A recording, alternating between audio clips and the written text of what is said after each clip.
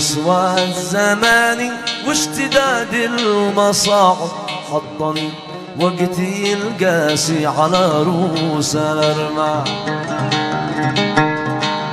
كنت صاحب وكانوا عندي 2000 صاحب، يوم ما كنت في نعم مريش ومرتاح. بس لما انقلب وضعي لقيت المقالب،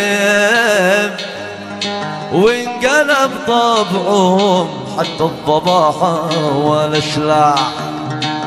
بين قسوة الزمان واشتداد المصاعب حطني وقتي القاسي على رؤوس الأرماح.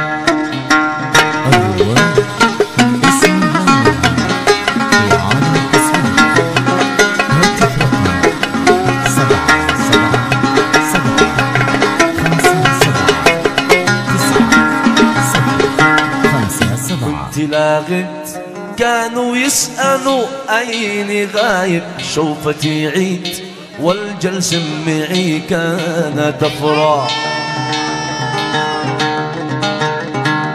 أين ذيكاني في الديوان عندي مناوب، أين يا زنبقت شودر وضاري وضفاع. فلتوني بهم والعنا والغنايم، احترق موتي ما بين المآسي والأجراح. هكذا طبعهم في شرقها والمغارب، طبعا ذا ما يخثوا على الجيد لاطع. هكذا طبعهم في شرقها والمغارب، طبعا ذاك ما يخثوا على الجيد نظام. بين قسوة الزمان واشتداد المصاب حطني وقتي القاسي على رؤوس الأرماح. حطني وقتي القاسي على رؤوس الأرماح. حطني وقتي على رؤوس الأرماح.